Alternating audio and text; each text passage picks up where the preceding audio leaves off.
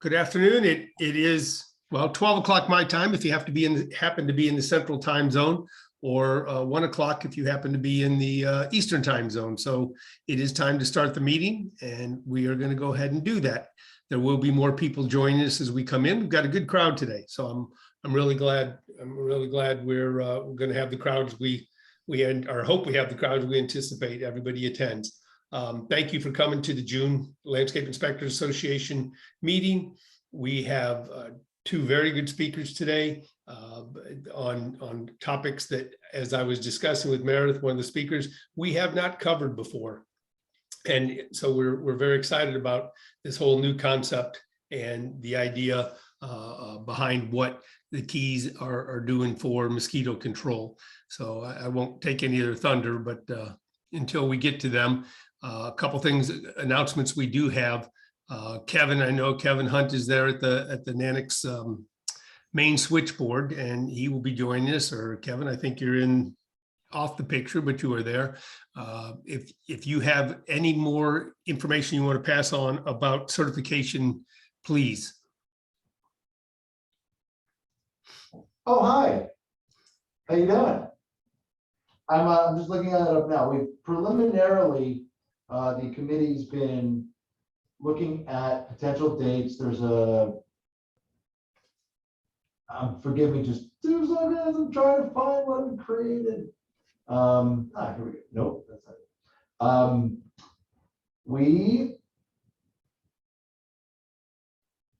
Here we go. So right now, nope, that is a lie. So I'm going to just wing it. We are preliminarily looking at a July, like last week of July, beginning of review. We'd have an online review on that Wednesday, which I believe is like the 27th of July. I'm going to just double check that. Correct, 27th. And then we were looking at doing the exam in-person review, which would be for grades and standards, any in real life questions on the 3rd, and then actually having the exam itself on Saturday the 6th. This would take place somewhere in Dade County, very likely at the extension office down in Homestead. Henry Mayer has been very generous in that regard to let us post up there. And Dr. Michael Orphanides has also been very generous about his time with doing some grades and standards review at one of the local nurseries down in Homestead. We've got a lot of folks who have reached out to ask about when this is coming up. So if you are one of those people who's interested in becoming a certified landscape inspector, send me an email to exam@landscapeinspectors.org. That's exam, EXAM, @landscapeinspectors.org. And I will get you on our list. And as soon as we finalize those dates, I'll send you an application for you to complete and return. And we will go from there. Thank you, Kevin. For those of you, we've gone through this, but for those of you that are certified, once you pass that test and you become a certified member, then it's the CEUs and the dues that keep you as a member in good standing. So we ask that you keep up on the CEUs. Attendance of these meetings does give you 1 CEU, as do attendance at other meetings that we approve.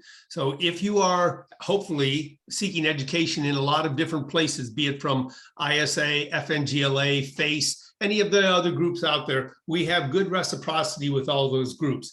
If you attend one, what we would ask, if there are going to be a lot of LIAF members attending it, we would hope that the parent organization, ISA, they're very good about it, but FACE or FNGLA would send us a request in advance. The board would approve it. And therefore, when you attend, there would be a virtual sign-up sheet. You would add your name to that, and everything would just happen electronically. If it's a unique or an individual one, maybe put on out of state or put on by a group that has not pre-requested certification from LIAF for approval, then there is a form that can be downloaded and that you can submit to the website stating that you attended this meeting, attach the proof that you attended that meeting, and then we will look at it. And if it is applicable to the goals of the landscape inspector, we will of course approve a CEU for you. Our goal is to keep people certified. Our goal is also to say that an LIAF certification is an extremely important and worthwhile certification. So we don't give certification, or we don't give CEUs for everything, but we do if it's in topic. Now, at the same time, we do want over half of the CEUs to be originated from LIAF. And that would be things like seminar and these monthly meetings, because there are specific topics that we want to make sure our certified members are covered and are familiar with. So keep an eye on your CEUs. They are available on the website. If you have questions, you can email through the website. You can email Richard Secor. He is our IT specialist, and we'll help you get those. I know there have been some difficulties. We are actually looking at another program, another way to go about doing this to try and make it a little smoother so people don't run against the crush at the end of their certification period. So we are working on it, but check often or check ahead of time so that you're not at the 11th hour and needing our assistance in a rush time. A couple other quick things. Excuse me.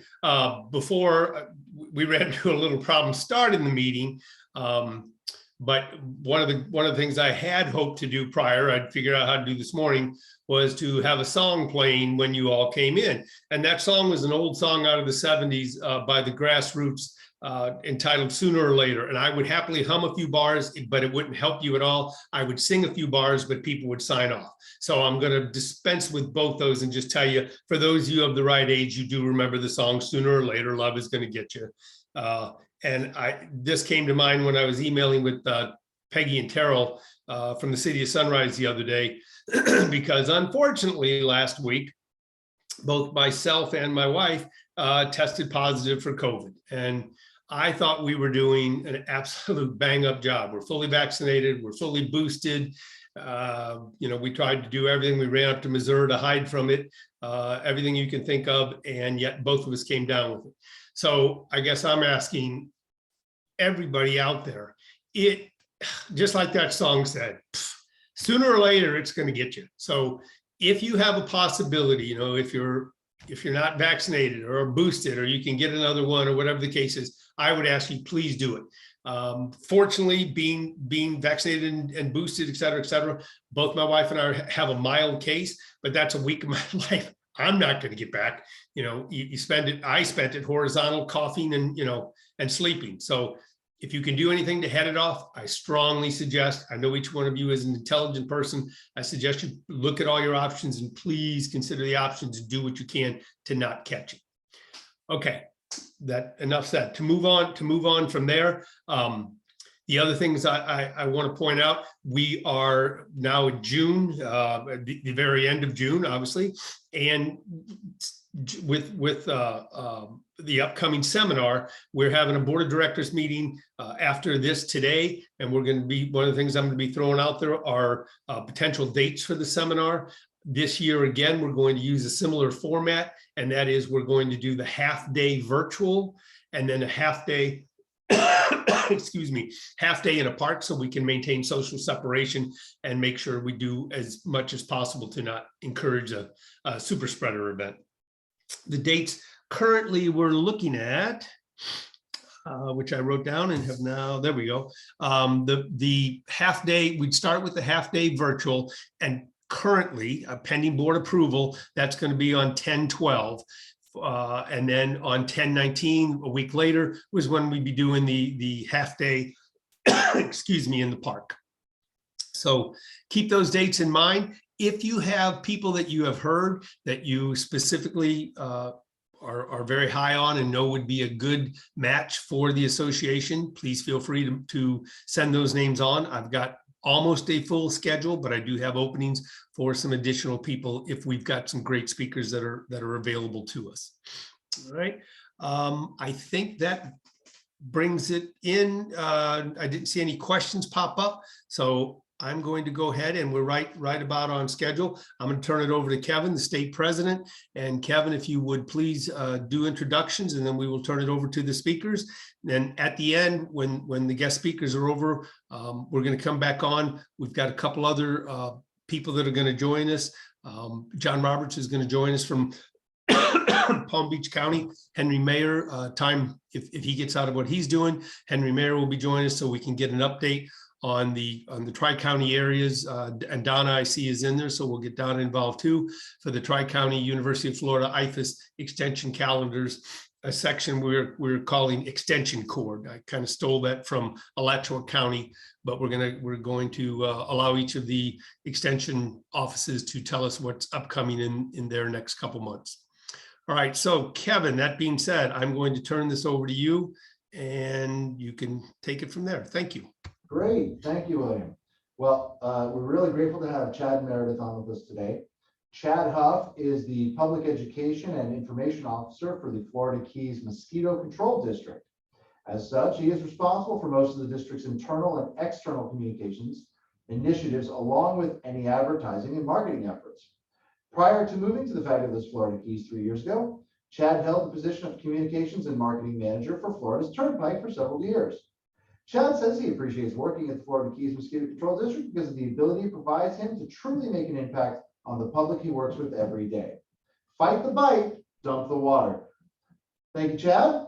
And in addition to Mr. Huff, we have Meredith Fensom, who is the head of Global Public Affairs for Oxitec.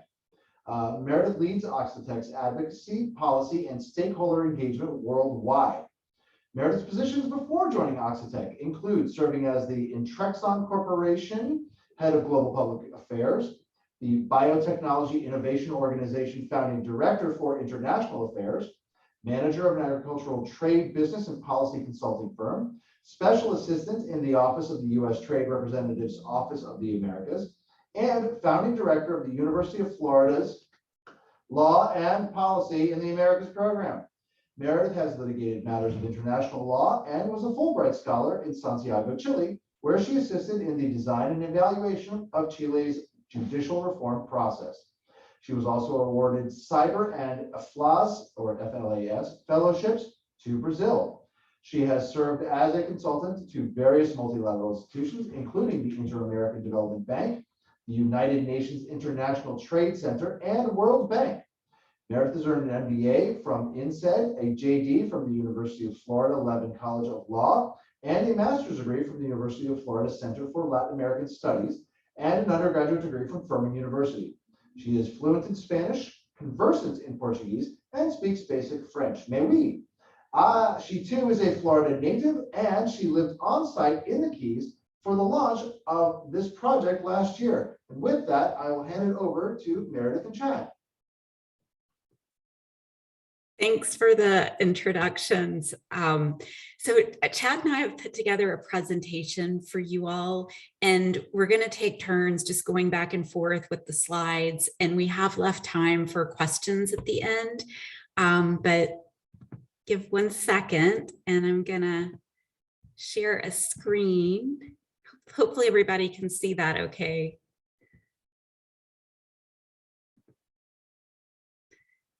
So first, I wanted to just introduce a little bit about our company.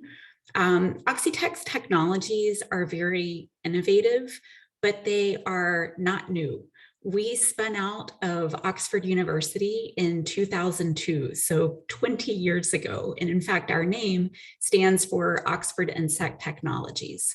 We're still headquartered in England, right by Oxford, but we are US owned. We have strong partnerships with leaders in agriculture and public health.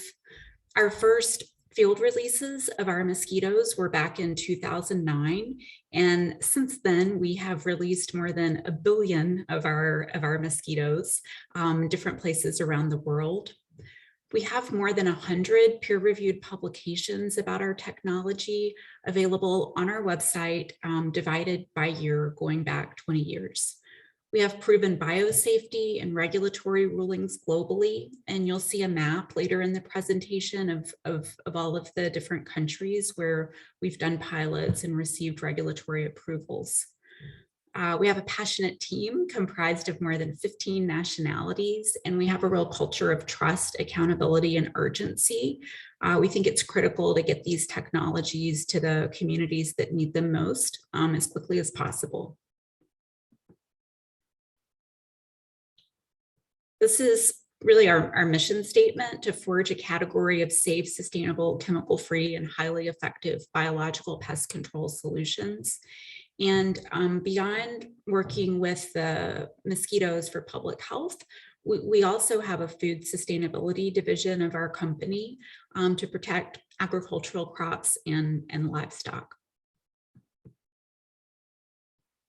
So some of the core features of our technology platform, because we're working with all of these different insects, but the technology is virtually identical. We've had proven efficacy in multiple field pilots, shown to reduce pest burden to very low levels. There is a resistance management advantage with our technology that's becoming an increasing concern with the traditional tools. Cost-effective and easy to use, scalable production and distribution. Our technology is safe and non-toxic. It's targeted and sustainable. It is self-limiting in the environment. It does not persist. Traceable in the field, and it's broadly applicable to many current and future pests. This is just to show a picture of some of the different types of insects we're working with, and the challenges that we are helping to address, whether with public health or agriculture or livestock. And to use the example of our Aedes aegypti mosquito technology, that's what we're working with in the Florida Keys with FKMCD. We have the targeted suppression, the proven effectiveness. Important things to note here: we're just releasing males. Our self-limiting technology is it's female lethal. So the way this works, our non-biting males, no male mosquitoes bite. You've never been bitten by a male mosquito. Emerge from our just add water mosquito boxes, mate with the invasive females, and then the female offspring of those encounters cannot survive. So our males are not sterile. They are producing other mosquitoes, but they're just producing boys. And what happens is those boys, they run out of females to mate with, and we are able to fairly rapidly reduce the overall pest population using this technology. We also have a fluorescent marker. Our mosquitoes are like other mosquitoes you would encounter. They just have two genes that are different that we've added. One is a self-limiting gene, and the other is a fluorescent marker, so we can track our mosquitoes and their progeny in the field. And Chad, over to you. All right, thanks, Meredith. As you guys saw earlier,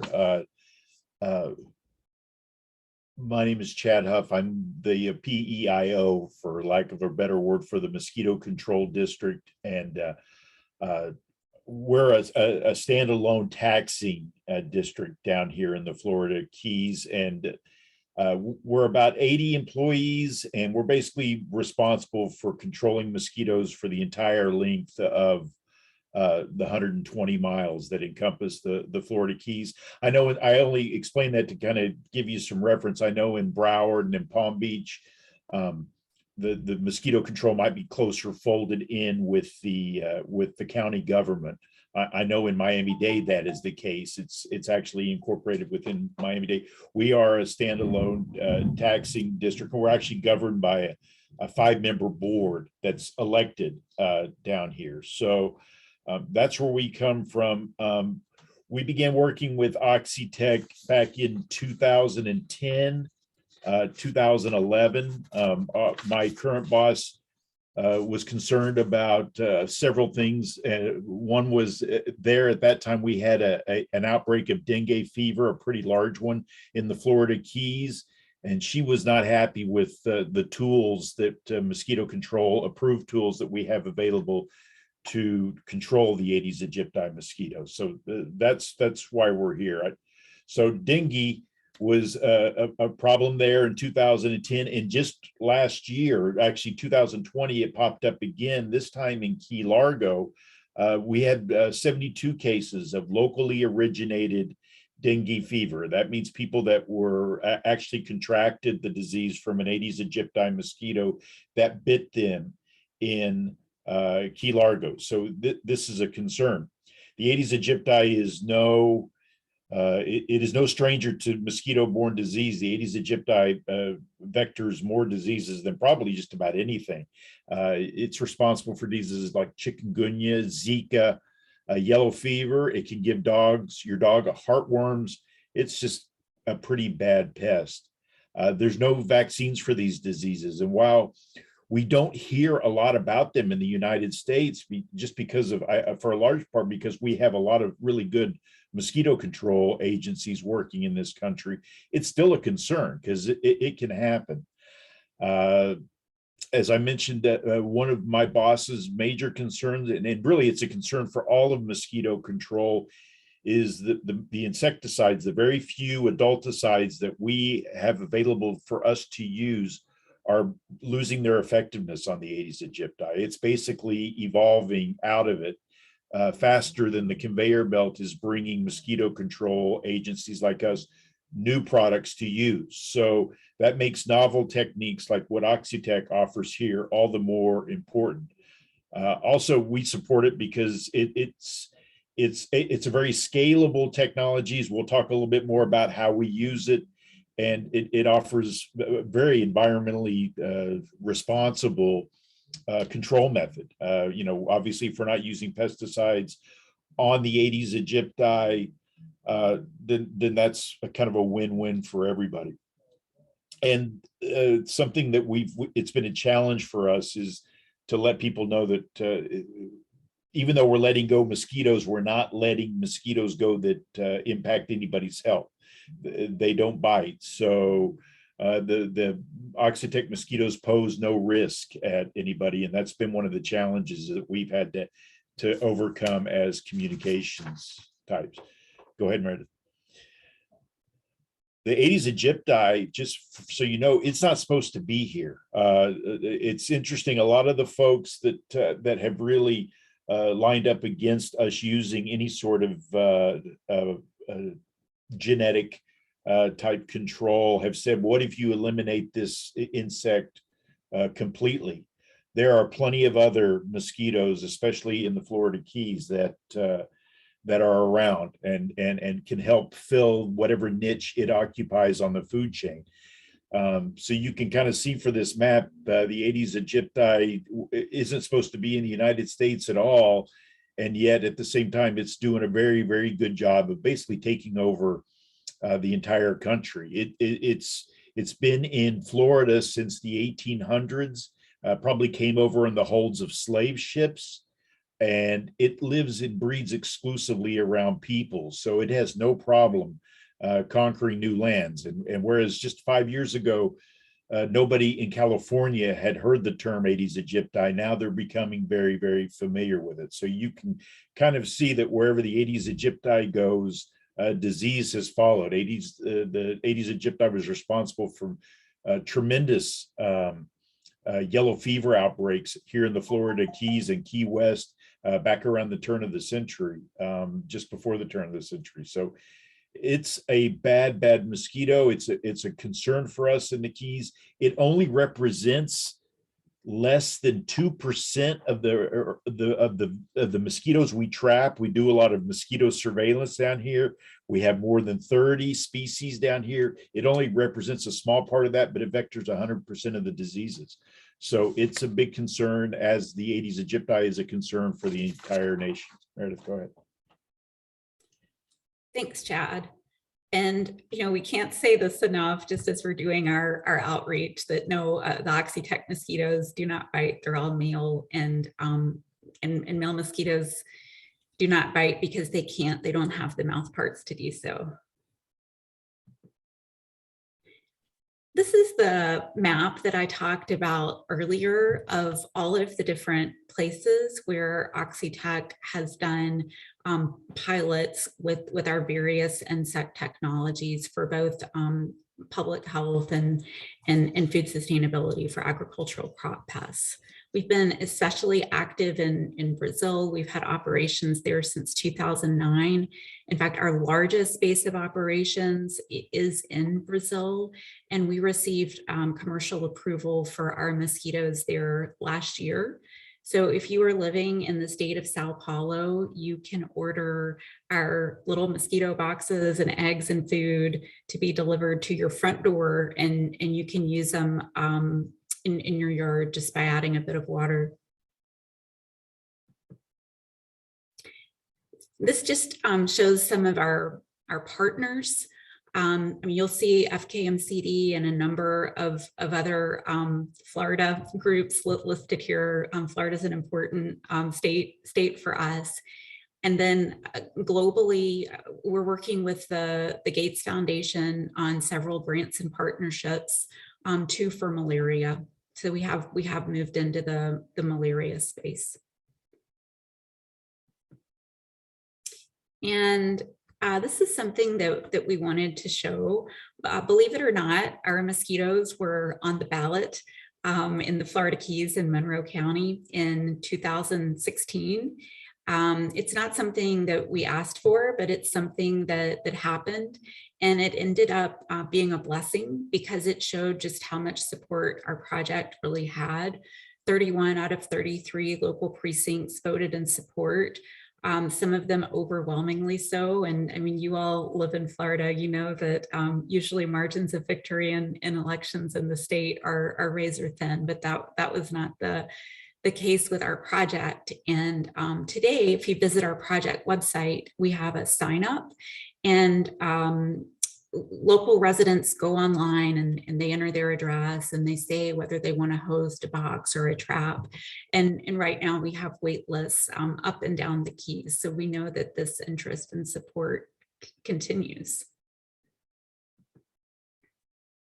And this is just to show a timeline of some of Oxitec's work going back to 2009 and the levels of public support for the work we've done, which have been consistently high.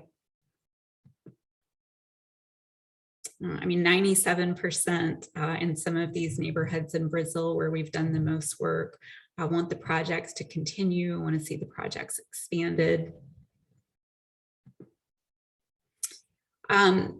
Earlier this year, well, actually 2 years ago, FKMCD and Oxitec, we launched a public educational webinar series together. When our project was starting, COVID was really in full force, and we'd been doing a lot of in-person events and we had to stop those. So we started this webinar series, which has been really great because a lot of locals join, but people from all over the world dial in too. And back in April, we had a webinar dedicated to the results from last year. So we just took a slide from that to share with you all, but the whole thing's available on our project website, just to show that, I mean, really last year we accomplished everything that we wanted to with our pilot, showing that the self-limiting gene does maintain effectiveness in the field. We figured out the right number of mosquitoes. Our males performed really well. They emerged as expected, flew around like we hoped they would, did mate with invasive females, and did produce offspring, none of which were female. And another thing that, well, you all are probably more familiar with this technology, but I guess children or grandchildren of our males access the cryptic breeding sites, so the places that are hard to reach, and that's a good thing. We want them to do that, and no females released. Our project for this year is already underway. It started, I guess, the week of May 9th. So we already have some information from this year's project. We're looking at some additional things this year to look at mosquito dispersal, longevity, and mating performance. And I mean, we're very transparent. We are collecting this data to apply for a commercial approval in the United States. And Chad, back to you. All right, thanks, Meredith. To kind of position that again, before I talk about the immense amount of public outreach that the district and Oxitec have done or continue to do, to kind of set the table for that, this project has been an idea that was started in 2010 and just got approved in 2020. So it basically took a decade to get the idea off the ground. So part of that was, for the first half of that, it was the federal government trying to figure out, and this is no slight to them, who was responsible for it. So long before I ever came to work for the district, it was under the auspices, I think, of the Food and Drug Administration, and they were going through a permitting process there to seek a permit to try this on a limited basis in the United States. Even though it's been used successfully elsewhere, as Meredith said, in Brazil and in Cayman and a lot of other places, no place in the country had ever tried this technology. So it took 10 years for us to get a permit from the EPA, and that was issued in 2020.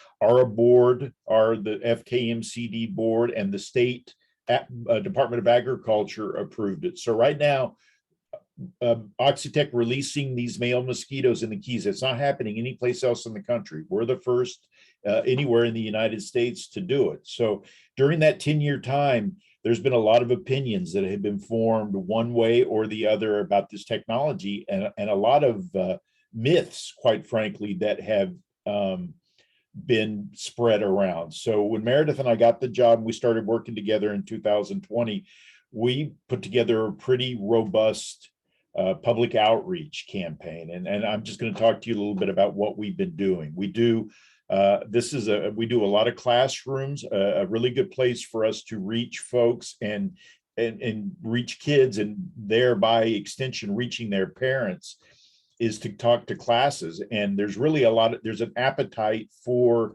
this because it's a very interesting lesson. It combines communicable diseases, it combines genetics. It's a pretty interesting subject.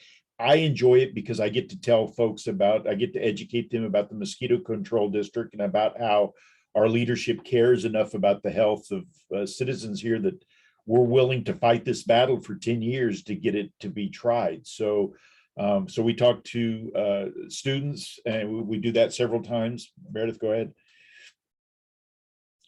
One of my favorite things that we do, Meredith and I do this together, or other employees with the district and with Oxitec, we do a lot of co-events. Here we have a co-branded tent and some collateral materials. We do a lot of festivals, and we basically answer questions. A lot of folks come up and will ask me about how to make a service request, or how to take care of a mosquito problem on their property. And then they invariably say, hey, so what's going on with that project? And we can tell them it's underway. We let 5 million of these male mosquitoes go last year, and we're probably going to let go more than that this year. And so far, things are working very well. We're all anxious to see if there's any suppression value there. And we hope that maybe after this year's trials, we'll be able to tell them that. But the main thing we tell them is, just like we said, they're all males. Nobody's getting bitten by these mosquitoes. And when we quit letting them go, they vanish from the gene pool. Go ahead, Mary. Like classrooms, that's probably been where we've done I don't know if we've done the most good, but it's been the most fun, because I get to go in and we get to talk about mosquitoes and mosquito control and the biology, and about how a mosquito forms and how long it takes it to go from a larvae to a pupa. But then Oxitec can step in and talk about novel control measures, and it really is a good classroom lesson. One thing that Oxitec and the district have been in lockstep on is that wherever we go into a neighborhood or wherever we're doing our test sites, that we're pretty adamant that everybody there wants us, or at least that there's not a lot of people there that don't want us. And Oxitec is really committed to that. And us, along with them, we actually canvass and go door to door in all the neighborhoods where our boxes are at and these mosquitoes are being released. We have gone door to door in every neighborhood and spread information about what we're doing, factual information. And that's to combat a lot of, like I said, a lot of the rumor mill stuff that has been growing since 2010, that the mosquitoes that we're releasing are female and they're going to bite. You're going to be bitten by a genetically modified mosquito, and you're going to become like something from Jurassic Park. And these are all myths that we are happy to combat door to door. And we actually talk to these people face to face, and we make all these written materials available. And it's been very rewarding to do that, because once people understand what we're doing and what the challenges are in mosquito control, they've been pretty supportive. We do, to some degree, we do laboratory tours. We have VIPs that come through, elected officials that come through. The Oxitec labs are actually here in our building in Marathon. So we see them and work with them every day, and we're happy to have these VIPs. And when they come in, they get to see where the Oxitec folks are working out of a lab that we've let them borrow here in our building. And then they also learn something about our mosquito control operation here. We have a hangar with 4 helicopters and 2 airplanes, and we give them a tour of that. So like I said, it's a win-win for all of us. Here are some VIPs going through a hangar and talking to my boss and members of our board of directors and our aviation. And it's nice. Like I said, we get to talk to them about mosquito control, but we also talk to them about novel control measures. In the community, Meredith and I have done this song and dance a lot. We actually had done it once during a tropical storm. These pictures here on the left are from us visiting with Sea Camp on Big Pine Key last summer. And I really thought that the camp, they would cancel the appearance. We were under a tropical storm warning, and I thought that they would cancel it, but it turned out these kids are coming, they're here from all across the nation. And they were actually on lockdown on Big Pine Key, and they couldn't dive, they couldn't do anything. And we were like the only game in town when it came to entertaining them, for lack of a better word, on a Sunday night. And it was fantastic. There was a lot of interest in it. So Meredith and I braved the tropical storm force winds and went to Big Pine Key and gave a presentation. Fortunately, the power stayed on. But it was great. It was just part of the overall day in the life of community outreach people involved with this project.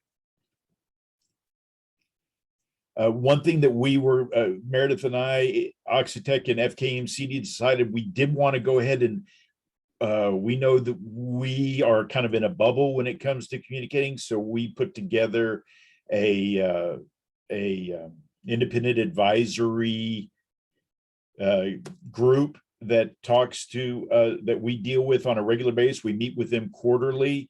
Jorge Ray is from the University of Florida, their entomology lab. Bob Eady is actually on the health. He is the head of the health department, or one of the heads of the health department down here in Monroe County. Doug Mader is a local vet.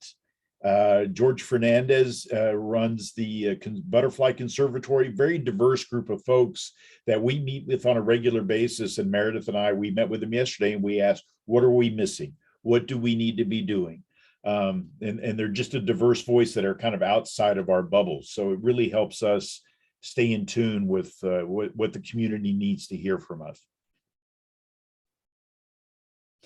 One thing we're very proud of is we've actually, the district and Oxitec have actually done, I think the one we did earlier this week was number 18 of our public educational webinars. And we basically started this way back in 2020 And there was lag time between when the board approved, when our local board approved the project, when the feds approved the project, and when the local state government approved the project, to when we could actually start releasing the mosquitoes. So we decided we wanted to stay top of mind. So we actually started a monthly webinar where we basically pick one facet of this project and focus on it for an hour. We spend the first half making a presentation, and then we spend the last half answering community questions.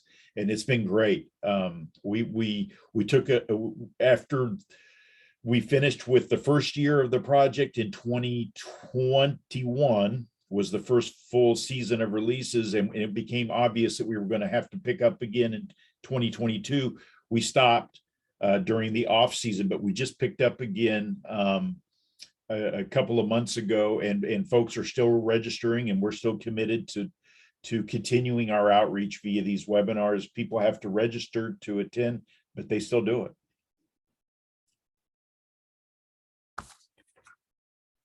'26, this is mine. One thing that we do is early on, we did a dedicated project website part, and a component on that project website is to solicit people that want to get involved. So if folks want to get involved with the project, they can send us, we collect the information from them, and they get the opportunity there to volunteer. All of our box hosts have volunteered to host a box, so they can do that. They can also just become an ambassador to the project, and that means that we just keep them abreast of all the project developments, send them any collateral materials they want. And basically, just if they have just an interest, maybe they're not in an area of the Keys that's receiving boxes at that time, they can still be involved in the project and know what we're doing. And then we also have, we solicit their people that want to hear us come speak and want to learn more about the project. So we do a speakers bureau where folks can invite us to come talk to them, and we're more than happy to do it. Like I said, I think it's a good story. The ending of the story won't be written until we know how the project is doing. So it's still ongoing, and it's a good way for us to remain top of mind. And that's our commitment to the community. Thanks very much, Chad. And I just wanted to share a little bit about what we're doing in California. So following the success of last year's project, 10 mosquito control districts in California invited us to come to the state and pilot our technology. And one thing that's kind of interesting and also horrifying about the need that they now have is the Aedes aegypti was not present in California 15 years ago. It's just been in about the last decade that the Aedes aegypti mosquito was identified there. And it is now in more than 20 counties. And in some of those counties, the population pressure of this mosquito is very high. So we did apply to the Environmental Protection Agency to continue our work there, and we do have federal approval. We do not yet have state approval, so we are not launching a pilot in California for this mosquito season that's already well underway, but we hope that we'll be doing it next year. And our messaging, I mean, it's not exactly the same as in the Florida Keys. Everything's bilingual. We do everything in Spanish. But if you're interested in that project, and also the climate's very different. I mean, this is an agricultural community. It gets extremely hot during the day. It's in the Central Valley in Visalia where we would do this project. Very high Aedes aegypti population. And that's one thing for our hopefully eventual commercial approval in the United States. The EPA wants to know that our mosquitoes can perform equally well in different environments. So they want us to do a project in an area that's very different from the environment we're operating in the Keys. If you are interested in the California project, we've set up a dedicated website for that, and it's californiamosquitoproject.com. And that's it. We wanted to leave time for questions if you all have any questions, and if there is time for that, if it's okay. This is William, and indeed there is, and there certainly are a lot of questions. I think if you could, and I don't know where your expertise lie, but if you could kind of back up and actually start at the very beginning, how do the mosquitoes contract and pass on the disease would be a good start. And then what are actually the modifications that you're doing to, or that your product does to the mosquitoes and how it works. So if you could give us a real background, because you've got a very scientific group that's paying attention to you. So go ahead and lay it on them. I think they'll all appreciate it. Okay, Chad, do you want to take the disease part and I can talk about the Oxitec mosquitoes? Right, and you probably have a more scientific group than I have background. My background's all in communications, but let me tell you the way I explain it to the folks we talk to is, and I'm going to talk in the specifics of dengue fever, and it's the same for yellow fever. That the essentially what happens is what we think happened with dengue fever in 2020 in Key Largo. A person travels abroad and contracts dengue from an infected mosquito, right? 80% of the people that have dengue fever are asymptomatics. They don't even know that they have anything, but then they come here to Key Largo, and an Aedes aegypti, female Aedes aegypti lands, and a female Aedes aegypti, she takes a blood meal, not to eat, but to lay her eggs. She knows she needs a protein hit before she lays her eggs. So she takes a blood meal. She takes a blood meal from an infected person with dengue.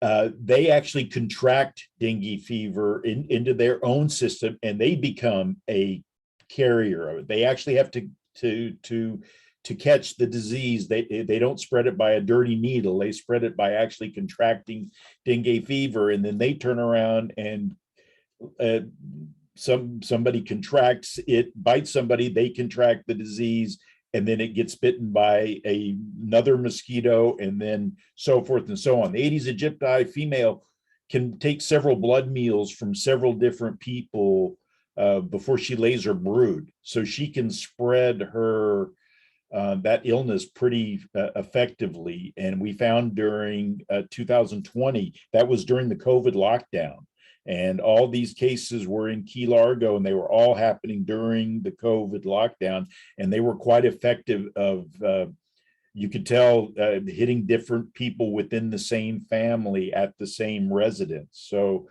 I hope that answers the question about how she or how the Aedes aegypti mosquito spreads the disease, but they actually bite it, they contract it themselves, and then they spread it.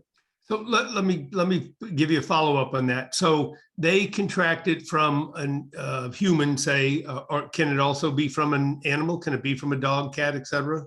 Not with, you're stretching my expertise. There are other mosquito-borne illnesses where there needs to be another host, like equine encephalitis and others where, and various avian types where the mosquito contracts it from another animal in that triumvirate. But for dengue, I think it's just people to mosquito back to people. So you say that the female mosquito actually contracts it. So it's not like you're saying, it's not the dirty needle concept where she's infecting someone else with a different person's blood. It's her spit. It is hers. Does she pass that on to her offspring? I think it's, now I'm going back to, from what I remember reading, it's possible, but we brood test to where we go when we have an outbreak like that. One of the things we do is pool testing. We catch a lot of mosquitoes and we send it back. I think from what the biologist told me, and I'm going to qualify this with my background in communications, I believe it is possible, but we did not see that. So her offspring would need to go find somebody who is infected, and then start that whole cycle over again. Yes, because we did send a lot of mosquitoes off for pool testing, that is to see if it was widespread amongst the Aedes aegypti population, and we never found that. which So- makes it even more scary. We still got 72 people that were sick the old fashioned way. So do you wait till, I don't mean to say wait, is your trigger when a dengue fever outbreak occurs, then you go in with the boxes, or are these are proactively being released every These year? are proactively being released. We have not, let's say this, with a current outbreak, what happens is there are cases, possible cases almost all the time where blood is being sent off, the health department becomes involved there. And when they receive word of a possible case, if somebody's blood is being sent off to be tested, because it doesn't come back immediately. They can't just test in an office. You have to have these symptoms. A doctor has to say, whoa, wait a minute, this might be dengue. Let's go send this off, but it could be other stuff.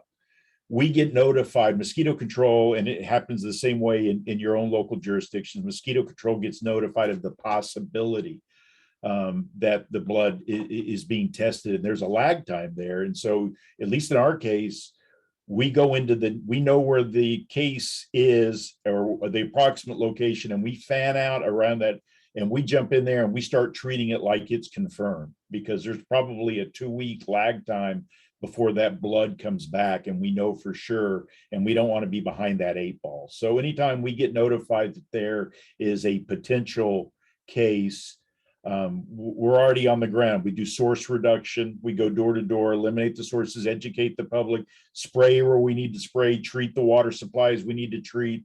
We do that regardless if it's a case or not.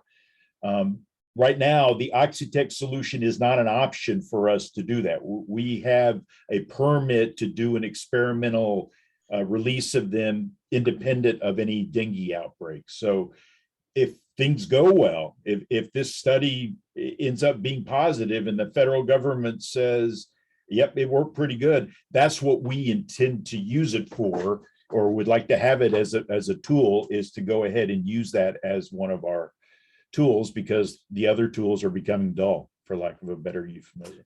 So South Florida being a unique area, is the dengue fever something that your average doctor is going to recognize? Would your average person say, oh, this could be? We have an MD that sits on our board. He is a pediatrician in Key Largo, and he says he was well versed in it before it was on his doorstep in 2020. So at least I can only speak to what I see in the Keys. They are definitely well versed, and I would say that after COVID, a lot of doctors are probably a lot more worried about possibilities that are out there. So I don't know for a fact whether in Palm Beach. I used to live in Boynton when I worked at the Turnpike. I don't know if my doctor there would send it off, but in medical circles, just because we don't hear about it a lot in the United States doesn't mean it isn't a health concern. I mean, mosquitoes still kill 1 million people a year around the world. So in the health circles, the mosquito-borne illness is a concern, even if we as mosquito control districts have done a great job in protecting people up to now. Absolutely, Chad. And that was kind of my follow-up question was, is it a tropical, more or less a tropical disease, even though the Aedes aegypti is not?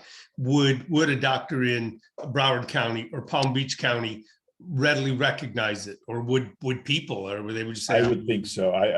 Meredith probably has more background on that, but I would say so. That the one thing that Florida has, besides the tropical climate, is we're very close to the Caribbean. And so we have a lot of people going in and out, people that have visited or had extended time in the islands or elsewhere, and then they come back. And if they're asymptomatic, so I would think just by virtue of our geography, let alone the climate, which adds into that, because we breed mosquitoes faster and better than almost anywhere in the country, just because we have everything they love: moisture, heat, and time. So it sounds like you're painting a picture that says, due to our proximity to the island nations and other places where there certainly is a good opportunity to be reinfested, we'll never these will never break the population. We're never going to eradicate this.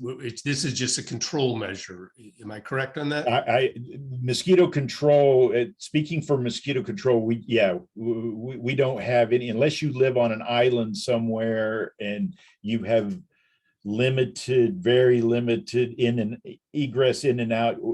Yeah, they definitely call us mosquito control for a reason. You know, the best thing that we can do is keep our levels down to the point to where they're not so much a nuisance. It's certainly below. We do know that there are certain levels that keep us below susceptible for disease transmission. So yeah, they were smart in calling us mosquito control. We're probably not going to eradicate anything. Although we say if we had a magic wand and could eradicate one species, Aedes aegypti is a good one to start with, because you knock out 6 disease vectors right there. And maybe Meredith, as Chad said, this might be more for you, but how does the biological control work? What does your product do to the actual mosquito that helps break the back of this disease?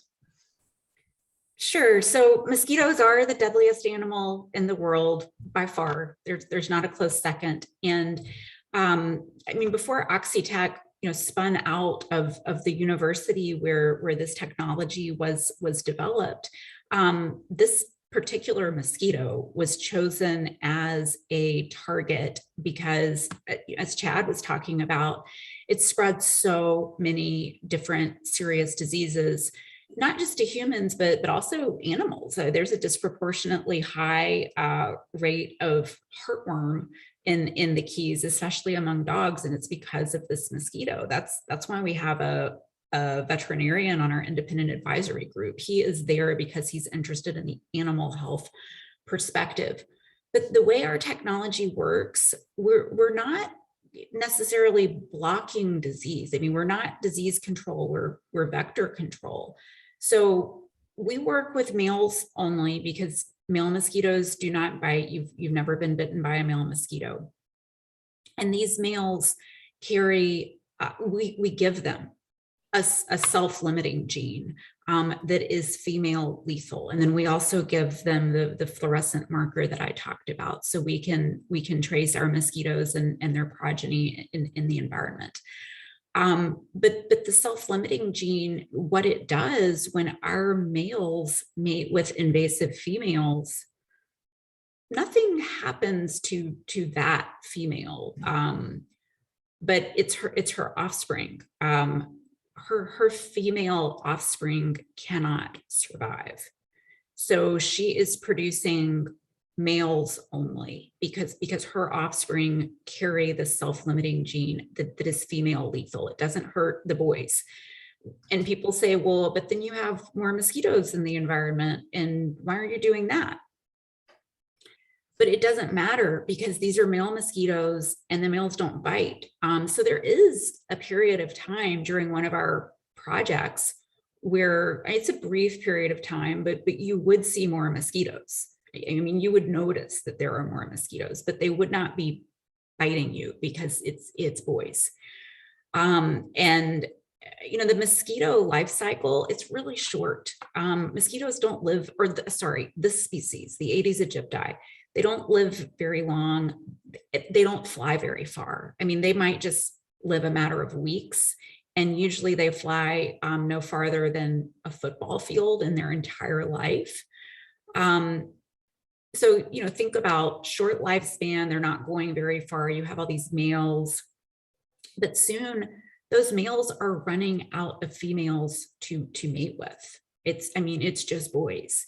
And that is how we have been able to achieve, reduction results of the invasive population of, up to 95% in, just a matter of 12 weeks or so. And we've been able to do that pretty consistently. And, it's very targeted. We're just targeting that mosquito species. I mean, there's some native mosquito species that if you were to remove them from the environment, it would cause a problem. But we are talking about an invasive species, the Aedes aegypti. It is it is in an environment where it's not supposed to be. Nothing depends on it because it's not from there. It's not supposed to be in this environment. If you remove it from the environment, you are returning the environment to its natural state. So it's invasive. It's not supposed to be in this environment. And it is, as Chad said, like it is the cause of mosquito-borne disease in the Florida Keys. And there's a question, don't we need some mosquitoes to feed other creatures? Yes, we do. And in a place like the Florida Keys, you have native species that they're a nuisance, but they're not dangerous. They're not spreading disease. If you eliminated some of them from the environment, yes, it could cause problems. But with these invasive species that aren't supposed to be there, and no, the males can't mate with the natives because the mosquitoes don't mate across species. It's so targeted. I mean, we're not impacting bees or butterflies, and we're not impacting other mosquito species. It's just this one. And in fact, that's something that's been a little challenging for Chad and for me. For years, we have had to explain to the public that if this project is completely successful, I mean, if it's a huge success, people in the Florida Keys are still going to get bitten by mosquitoes because there are others that we're not targeting. Yeah, I was going to say, I'll put it in perspective. The salt marsh mosquito is our nuisance mosquito of record. And it is a voracious, aggressive biter. It comes at your head, it comes at your face, but it vectors virtually no diseases and certainly no major diseases at all. It's 90% of our mosquito population down here. Just the salt marsh mosquito, Aedes aegypti. I pressed our lead biologist the other day. I said, we say that 2% of our trappings are Aedes aegypti. He said he's being extremely generous to say at the most 10% of our species could be Aedes aegypti of the total encompassing population, if you could somehow take a mosquito census, but yet it accounts for almost half of our chemical budget. Just to control this small percentage of this very dangerous mosquito. And the chemicals that we buy are becoming less and less effective over time. And that's where Oxitec comes in. And there are other sterile insect techniques out there. You can irradiate a mosquito and make it sterile. Oxitec doesn't like to call their technology sterile, but for mosquito control, it messes with their reproduction. It messes with that cycle and actually uses that to combat the mosquito itself. That makes it very attractive for us to at least try. Let's figure out. She talked about in other countries, 90% effectiveness. If I do an adulticide, I did an adulticide spray over Key West yesterday, and if my inspectors went back in today and came back and said we were 60% effective, we would do handsprings. That's a very successful chemical treatment for us. When you're talking about 80, 90, 95% effective potential, that's why we're trying it. We need to figure out if it actually works down here. So sorry, Meredith, I didn't mean to. Well, I was going to jump in and ask you a question on that since it does sound successful. Meredith, can this same technology be used on other species of mosquitoes? Yes. And we are using it in other species of mosquitoes. The Gates Foundation came to us very businesslike. There are a number of different vectors of malaria. That's the Anopheles species of mosquito. But there are two that in a number of geographies, it's just one of those two mosquitoes that are spreading malaria. So if you were able to reduce that population or eradicate it, you could potentially eradicate malaria from certain geographies. So the Gates Foundation has come to us, and this was, I guess, more than 2 years ago, and they did fund our development of two of the Anopheles species. And we are beginning our pilots with one of those in Djibouti. Like kind of northeastern east part of Africa, imminently. So it would be the same technology then can go to other mosquitoes, and if the Aedes aegypti crossbred, it could spread that. So if you get to other mosquitoes that have a bigger spread of who they mate with, you could have more and more control over other populations. Or do mosquitoes specifically stay within their species? They stay within their species. So for these Anopheles vectors, there are two that we're working with. We've had to work with those mosquitoes specifically, and we had the underlying technology, but every insect is different. So it did take us, I think, more than a year in the lab to get this working in that other species of mosquito. And we are using essentially the identical technology in agricultural crop pests, including, you all are probably familiar with the medfly, Mediterranean fruit fly, fall armyworm. And then we've done work in the United States with both the diamondback moth and the pink bollworm. So essentially identical technology, but in different insects. Interesting. So it does have some other applications well beyond mosquitoes and such. Are any other trials, or is the mosquito the leading kind of taking the tip of the spear? Is that where most of the work's being done right now? So the Aedes aegypti, that was the first thing that Oxitec developed, and for years that was our only product essentially. I would say the mosquitoes are definitely the focus, but our agriculture work is growing quickly, and there's a lot of interest, especially in our fall armyworm solution, because there's not another solution to that pest, and it has been fairly devastating to corn crops throughout the Americas, Africa. I mean, it's becoming a real food security issue. So I think like that work is growing quickly, and there's been a lot of interest in it. Interesting. Do either of you know, do the female mosquitoes mate more than once? Oh, we've talked about this. I mean, we've talked about this with our entomologists. I think that the males definitely do, and I think for the females, it's extremely uncommon. Does that sound right, Chad? Yep, that's exactly what I was going to say. Yeah. So once you have some degree of success, then you've kind of taken that female mosquito off the spreading chart. Yes. Excellent. How would you all measure the success? And maybe Chad, this comes back to you. You indicated millions of releases of them.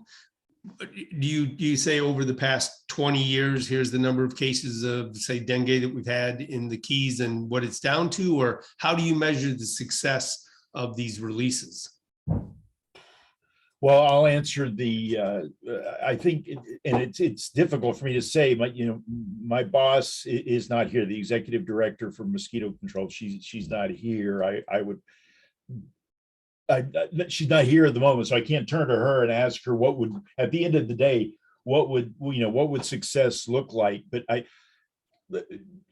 first things first, we would have to look is there a suppression value there? The things that she likes about it and what attracted her to talk to Oxitec in the first thing was it's a novel technology, so it's not something the mosquitoes are immune from. It's very scalable, so it's not like you have to throw a lot of these out. Aedes aegypti are very they live, breed, bite, and die like within the same 200-foot radius. So she likes that you could find out where your problem is and take these and attack that problem area without spending a lot of money on it. So the fact that it's scalable and the fact it's targeted, the fact that it's environmentally friendly, those are all important. You know, that's one of the reasons why we're talking about this. But at the end of the day, in order for her to go to the board, right now, we're not paying for anything. Right now, Oxitec is footing the bill for this entire project. So the first thing I would say is, does it work? And we've answered that in baby steps. The EPA said, will the mosquitoes live down there? Yes. Will they all be male? Yes, we've answered that. Will they fly only a certain distance? Yes. And will the local female population take kindly to them and mingle with them? And we've answered yes to all those. So the next big question to answer is there a suppression value there? And that we didn't get to answer that last year. We had 2 tropical storms that really cut several weeks off of our trial. And that's why the EPA said, yeah, Oxitec, FKMCD, go ahead and continue this year. And let's see if we can, I know that's one of the questions they want to answer is there a suppression value? There's no reason to think that there won't be. It's been wildly successful in Brazil, and there's no reason to think that it won't be here. But is there enough of a suppression value to make whatever, however Oxitec decides to bill for this technology later?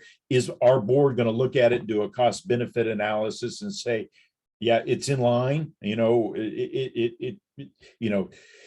It is that we would do a cost benefit analysis regardless of what the technique was. Mm-hmm. If it was hiring 20 more inspectors, we would do the same thing. So at the end of the day, does it work in suppressing this dangerous mosquito? And then after that would be, is it cost effective? Does it make sense for us to use? So from a mosquito control perspective, to me, the suppression value in keeping that mosquito, the Aedes aegypti in particular, is it something that we're able to put into the field and drop the population of this mosquito to a certain level to keep it below threshold? That's key. You indicated earlier that the self-limiting gene that the male passes on to the female is then passed on to a second generation from the female. So the female mates with the male, acquires the self-limiting gene. She passes that on. So the only birth that she gives is to more males, correct? Do those males then have the self-limiting gene? Some of them do. It passes on at a half-life. So within about 10 generations, if we stop our releases within 10 generations, there is no trace of this technology in the environment. But that's an advantage. I mean, it doesn't persist in the environment. It is self-limiting, but it's a bit more efficient that way. And I also just wanted to show, this is what our boxes look like. I mean, I have one in my house. So, I mean, you can see they're pretty small. I mean, the material, they're light. They're sort of like, they look like a small cooler. That's kind of what they feel like. And, we open the top and that's it. You put in the eggs, the food, and a little bit of water. And then after about 10 days, our males, the non-biting males, start flying out and they find the females. So that's how it works. And selling it commercially in Brazil, people just, if we're delivering to the people's houses, they can put these anywhere on their terrace. But when we work in partnership with municipalities there, they'll put almost like a bracket on the back of the box, and they'll be on utility poles in the community, just as part of the utilities essentially for that place.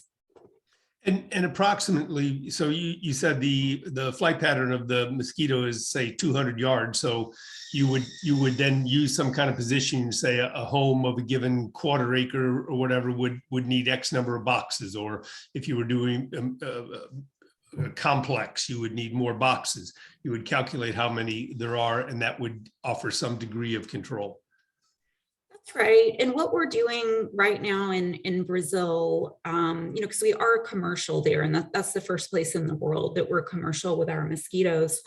For the individual households who subscribe, we do it like a subscription service for 6 months, that they get the boxes, they get the food, the eggs. That's important. Our mosquito eggs. but they do a subscription service. And what the households get are 2 boxes.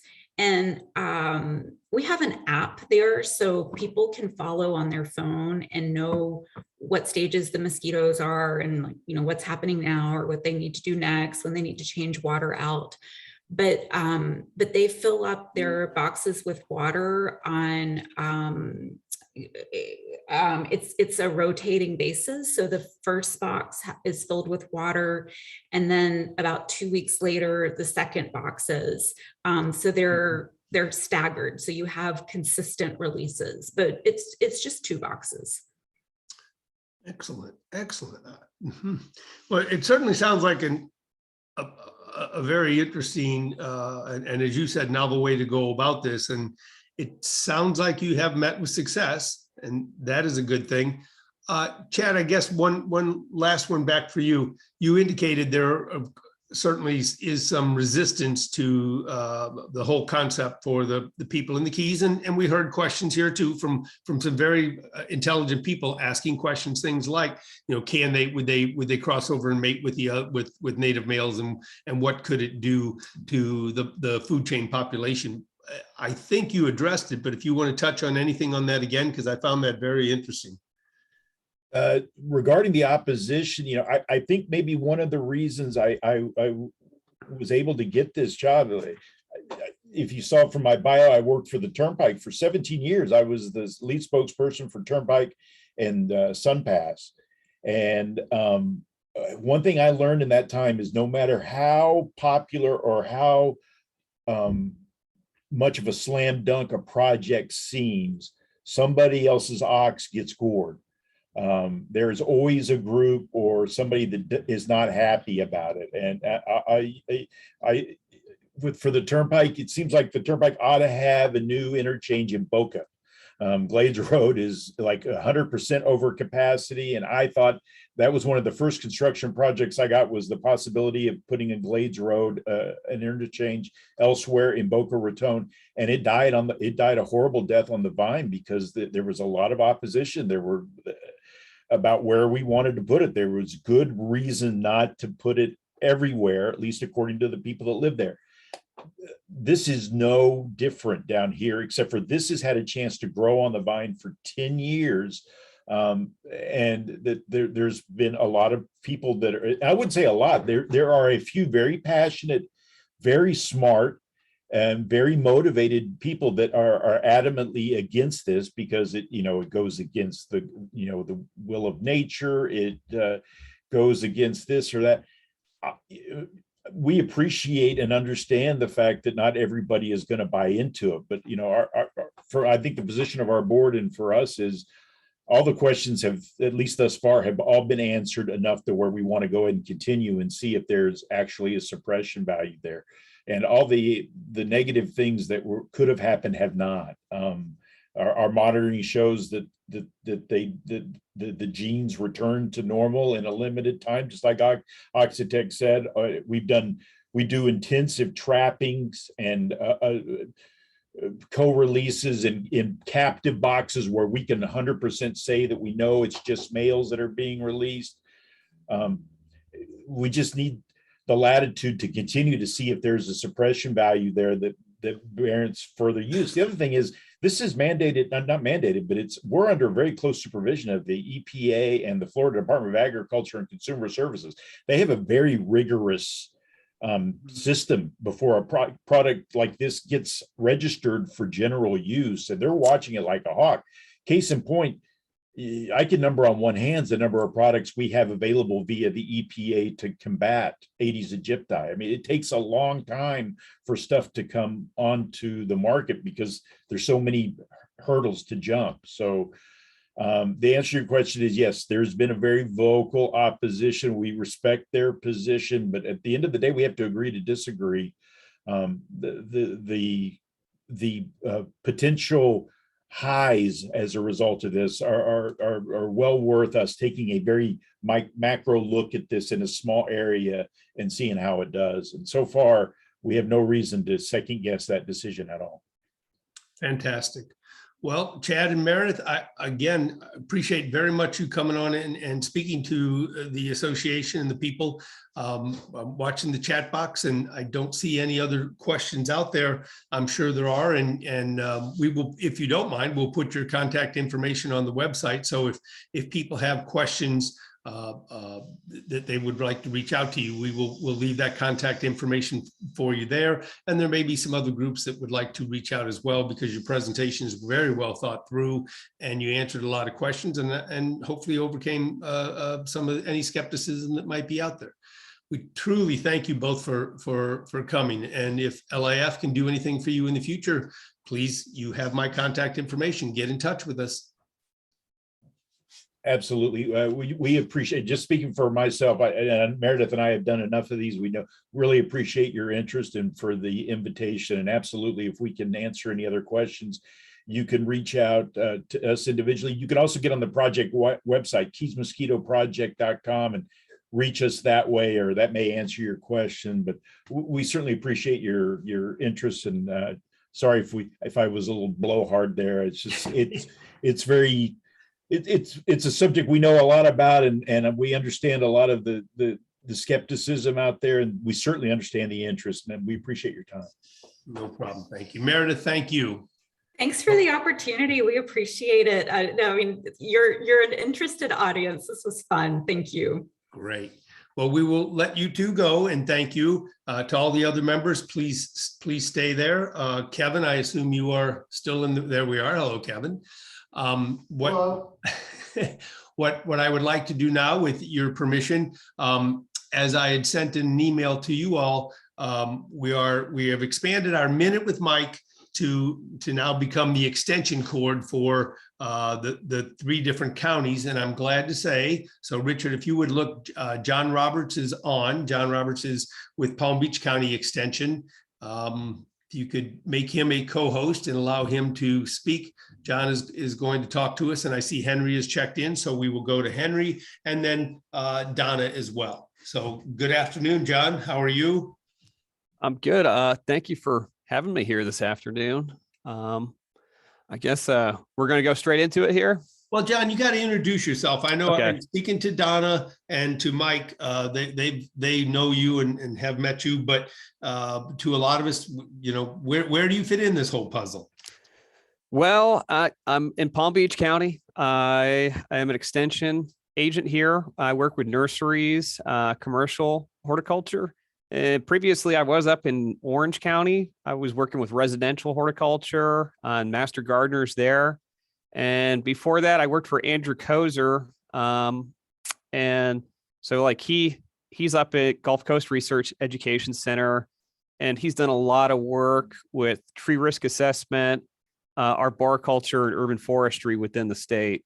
So that's kind of my background. And I know that Henry over in Miami-Dade and Mike Orfanides and Donna, like over in Broward, they've got pretty good background or set of skills, like working with arboriculture that lines up pretty well with me.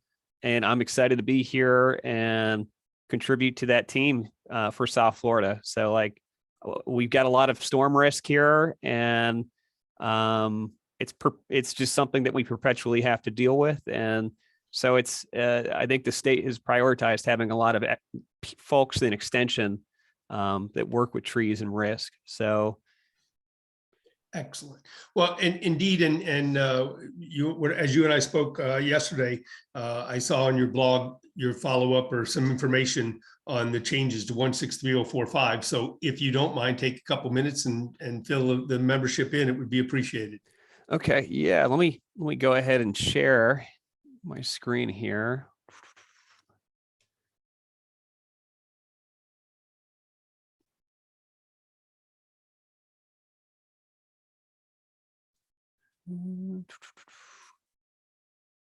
I'm having one second. I'm not having all of the files pop up here.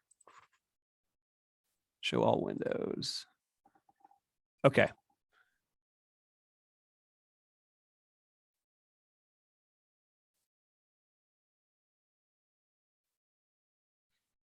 All right. So I don't know how familiar everyone is with the Florida tree law that has gone through recently in 2019.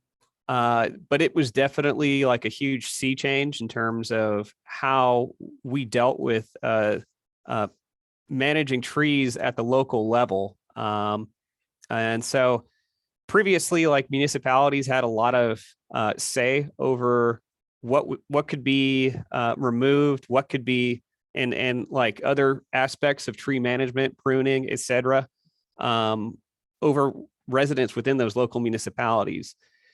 And some municipalities became very, I guess the word here would be, I mean, they became very concerned in term, like in almost there was too much in terms of the amount of how far they would take these codes and ordinances, and the state kind of stepped in and said, came out with this law saying that the municipalities don't have any way to do this as long as the trees presented some form of danger.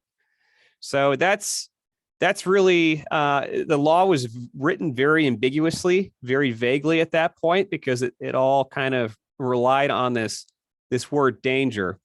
So obviously folks within like Florida chapter of ISA and I think landscape architects and a few other groups kind of got together and realized that this was going to be a problem.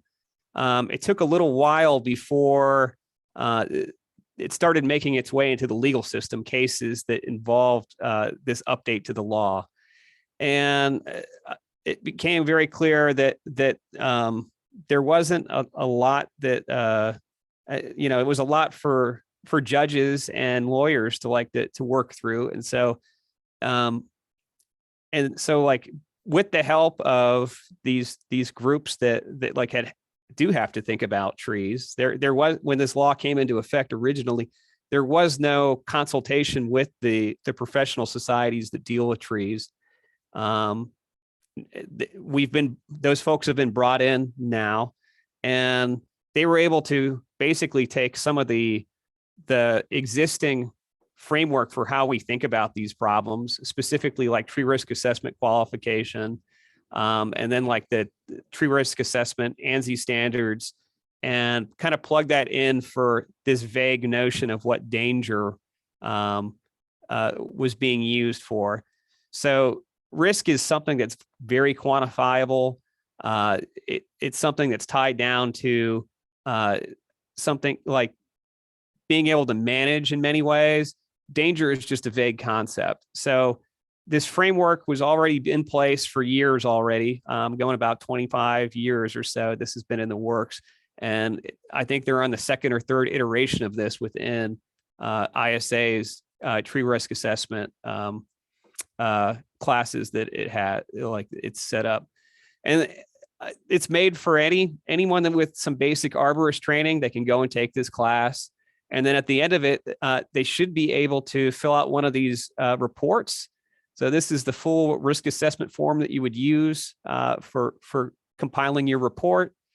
But the big emphasis that I want to drive everyone's attention to is the likelihood matrix. This is really the meat and potatoes of what it goes on here and how you're able to make a risk assessment for a tree.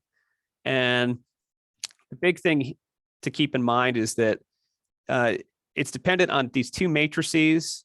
The first matrix, you compare likelihood of failure for a tree or portion of a tree, and then likelihood of it impacting something.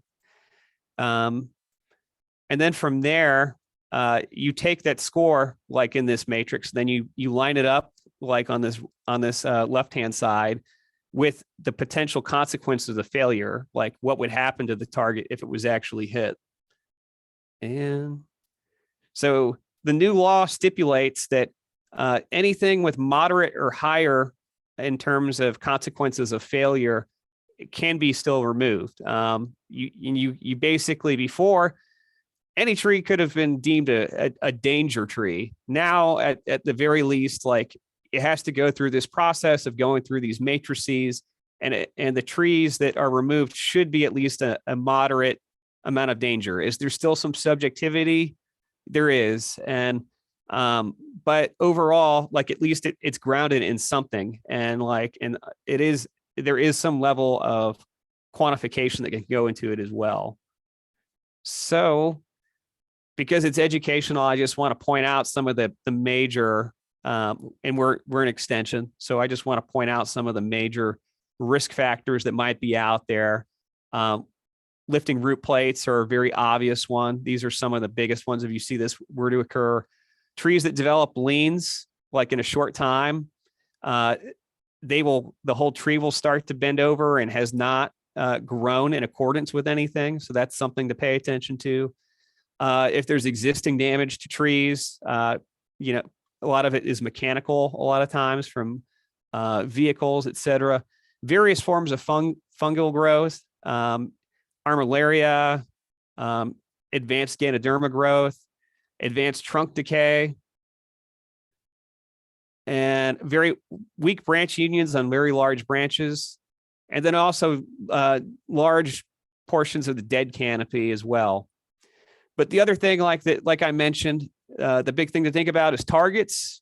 A tree that may not have a whole lot of an advanced risk feature or something that's a severe defect, but like if it can potentially impact something that's extremely high cost, or there's somewhere that's high traffic in terms of people walking through, that could be very problematic and might up its where it belongs on the matrix.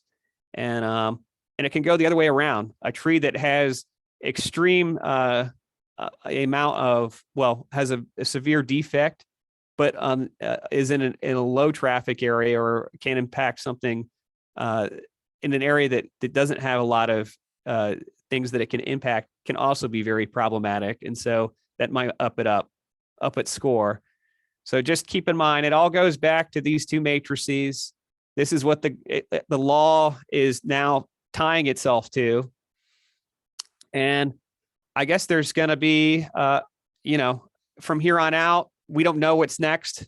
We'll see what happens. Like previously, it took about a year before we started seeing these cases go through, starting in 2020, and started to see the consequences of that law. So it'll be interesting to watch and see how much this is able to clarify. And hopefully, at the very least, it will help people that are in the green industry, particularly the arborists out there, to kind of keep their ethical integrity and remain somewhat neutral on this, because there's something that we can go to. So with that, I guess we can turn it over to questions or turn it over to Henry, but that's all I've got, unless they're to say on the topic currently. Well, John, thank you for that update. I do have a question I want to bring out there. So, what if I understand you correctly, where previously a letter from a certified arborist or a landscape architect stating the tree was a danger, and as you said, there is no really definition of danger. So, a coconut hanging up there is potentially dangerous. Would have allowed the removal of the tree. Now, as this new part of the statute has taken effect, are we then able to, we being municipalities, able to say that the arborist or the landscape architect would have to refer to those matrices and do that tree risk assessment where it would come out moderate or greater before they would be allowed to remove? Or would they just state in a letter that they found it to be a moderate or greater risk and therefore be able to remove it? I mean, from my understanding of it is they do want you to go through those matrices in order to deem something at least something at least a moderate. Yeah, I think it is trying to say that these folks do need to probably have tree risk assessment qualification as arborists. Excellent. That is a huge improvement. And maybe we can stop some of the overall tree loss that we've been experiencing in the past year. So that is good. There are a couple, I don't know if you can see the chat box. A couple people had some things for you, and then we will. Yeah, I see a question here. What about risk associated with sidewalk safety, disabilities such as blindness and mobility?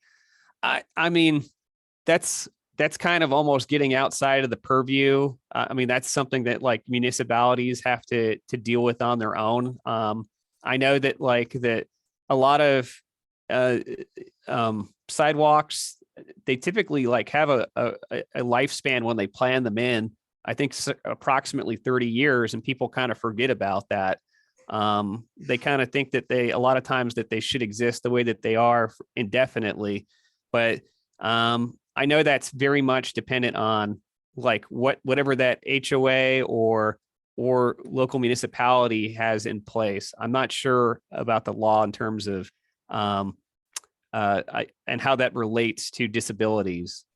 Reduced, can it be reduced to low with a mitigative measure? Let me see if this is in reference to something else. Well, I think what maybe Greg was saying is if you have something like the root plate that's creating problems or lifting the sidewalk, if you went in and added a root barrier, would you be able to say, okay, we've resolved that issue and therefore the tree is no longer in a hazardous condition?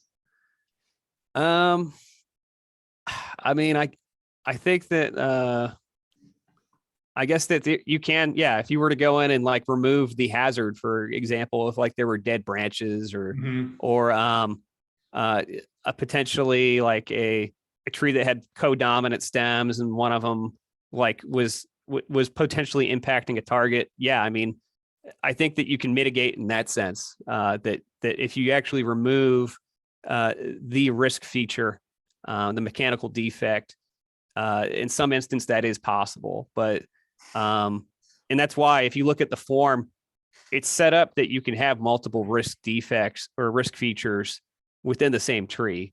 So I mean, yeah, it's always possible to go in and address those one by one. So well, I guess a follow-up to that would be, and I realize you're not the judge of this, so this is kind of a general statement. But if you had a condition like dead limbs in a tree, or as you're saying, codominance that could be gotten rid of, would it be fair for the municipality to then say, as opposed to allowing the removal of a tree, that they have to pursue those factors that would no longer allow or keep that tree as a hazard, and therefore remove the dead limbs and the tree stays? And I know it's your opinion, you didn't write this, but well, I'm going to ask you anyway. Yeah, I mean, I think that like there should be some leeway to keep those trees if possible. I mean, but I mean, I know that like a lot of these instances, it's going to be potentially somebody trying to exploit that loophole and say that you know, I don't want to try and mitigate, I just want to go ahead and remove. Right. I mean, I think that's potentially some of the cases that we might run into here is like where there's going to be friction. I mean, I don't know. I think that's very much still a gray area right now, in my opinion. Well, it sounds though, I mean, this is a vast improvement because as you and I discussed, the original statute as it was written just had no boundaries. It was just liquid. It was all over the place. So at least this puts a couple barriers in and starts the discussion and narrows and channels and things. And I think you're right. Maybe there will still need to be some case law that comes out of this, or some precedents where a municipality makes a stance, and if it's not challenged, then they run with it. It'll be interesting moving forward, but I think this is an improvement over what it was prior. And when does this go into effect? Tomorrow? Yep, exactly. So yeah, very timely topic. So thanks for having me on here. It's I mean, it's good that this is like making its way into like the cultural consciousness, because it's something I mean that I mean, it had the industry like all over the place when it came up in 2019, but it seems like that the headache is becoming a little bit less of a headache here. And you know, I remember Norm Easy from Florida Chapter ISA, like when he talked about it, it was just like all they had was ethics, you know, ethics review, and they could kind of moderate it somewhat within their own organization by potentially removing people's certification and that type of thing. But it was pretty weak, and this at least, it feels like that it's grounding things much more in the discipline and like the profession. Agreed. Well, John, what a pleasure to meet you. As I said, this portion is going to be here every month, so we invite you back to anything you care to make our membership aware of would be vastly appreciated. And same thing, if LIAF can help you along the way, please feel free to reach out to us. But welcome aboard, and we look forward to dealing with you in the near future.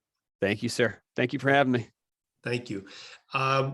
Kevin, if you would, I see Henry is on there too.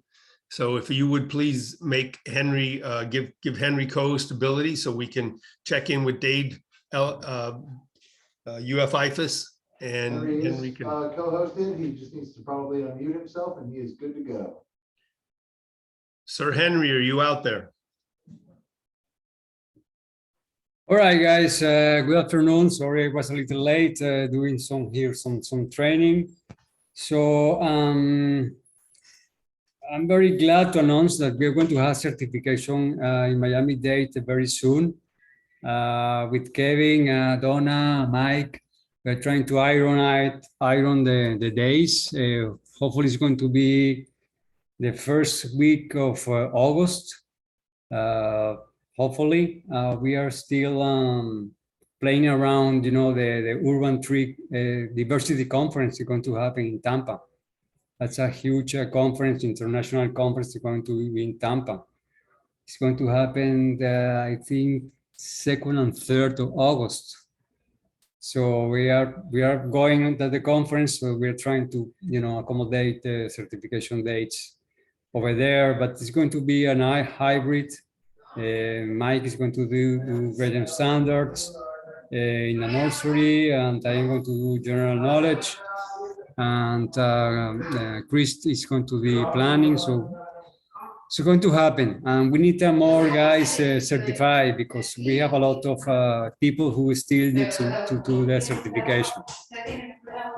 Sorry guys, I'm not here, I'm not in my office.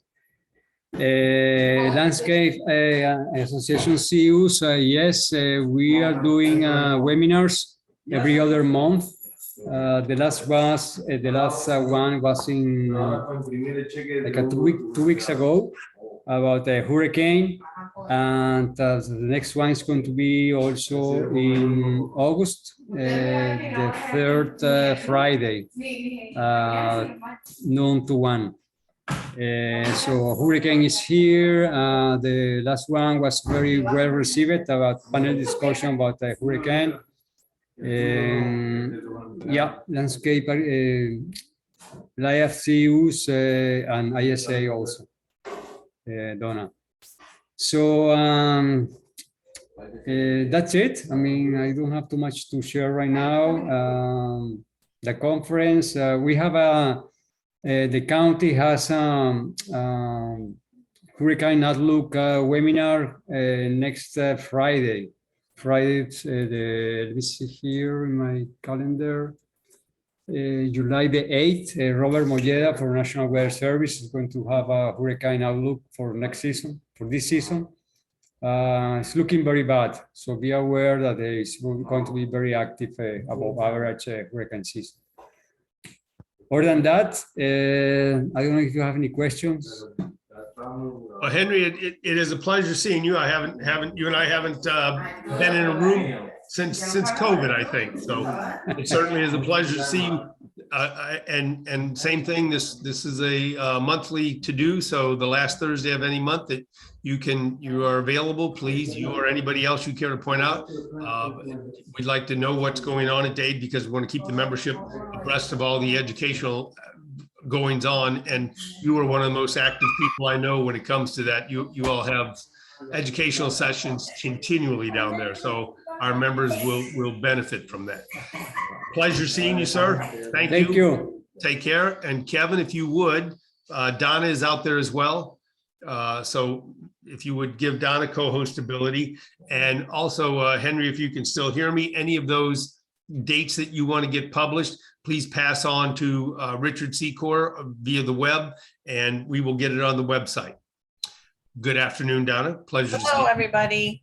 Hi. I just put into the chat a QR code for our Eventbrite page, which is going to have all of the classes that we have upcoming. We're going to be continuing, even though Broward County is sunsetting the tree trimmer requirement.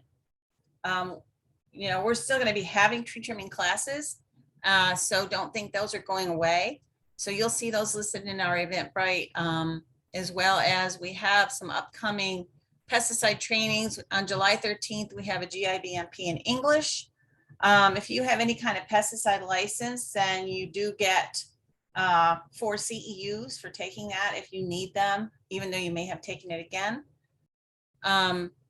or before. And we have on the 27th of July an LCLM training in CEU exam prep class. That's a 6-hour class. And for that one, you get 3 CEUs in core and 3 in different categories. You get a lot of different categories if you take that as well. Commercial lawn and ornamental and turf, LLO, LCLM, limited urban fertilizer, and right away. So if you need CEUs, we do have these classes that are going to be in person. This is the first time we're having a GIBMP in person in over 2 years. So we're kind of excited about that. Other than that, I don't have anything else to say unless anybody has any questions. Donna, is the number of people attending, are you going to limit the number of attendees at the GIBMP? Well, we have a limit of 40 because we're having it across the street at the FLREC at the T103-104 building, and we can hold 40 people in that one. At Extension, we can only do 24 at this time. But so far, the class is at 25. We still have some seats available if you guys are still interested in partaking of the GIBMP in English. We will be having one in Spanish in August, but right now we just have one scheduled in English. No, it's not going to be online. It's going to be strictly in person for now while we can. Who knows how long it's going to last. And Donna, when is the requirement for licensing tree trimmer being sunset? When is it actually done? It's next July 1st. So it's We have a if year. you have a license and and your certification is expired, you will need to still take another class to update that for your license renewal. But after next year, then you won't have that requirement, but they're still going to enforce it up until that time. Okay, so July of 2023. Right, Enforcement is good through July of 2023. right. Okay. Okay. Thank you very much, Donna. Always a Alrighty. pleasure to see you. You do a fine job of filling or taking Mike's spot here. So Thank you the very minute with much. Mike is expanded and Mike is out. So Yeah. Okay. thank Take you, care, Donna. everybody. Have a great 4th. You too. All right, Mr. Kevin, I will turn it back over to you. We have educated the people, and I think we've done everything we can do. And one given last Thursday of the month. So I have actually some news to share. A few folks have sent requests to us to try and promote opportunities for our members, or opportunity. Yeah, I guess that would be what it is. It's opportunities for our members. So and for some reason we had taken it down off the website, but just this afternoon, we were able to restore that page. There's a career resource page now on the landscape inspectors page where we can post up things that people put out there for us. Or rather, if you're with a municipality that's looking for a landscape inspector, right?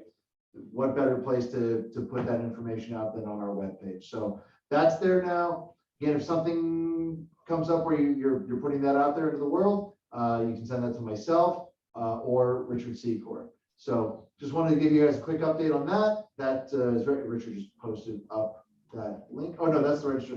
Richard just posted up the link to the next month's meeting where you can, before you sign off today, go and register already and be all ready to go for next month. How about that? Excellent.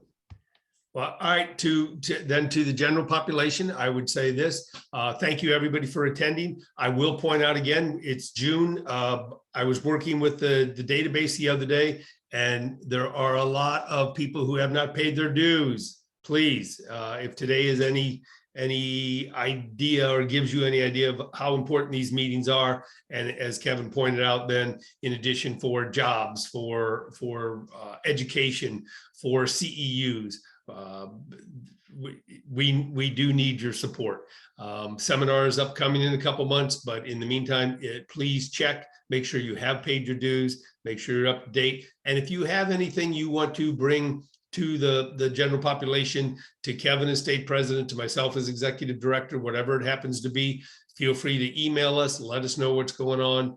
It's a great group of people, and LIAF is a key player in the green industry. We want to remain there, and we want to benefit you all for having certification through LIAF. So those of you that don't, I would certainly encourage you to consider Kevin and Henry's upcoming certification and become certified, become more active, and participate more in LIAF and the green industry.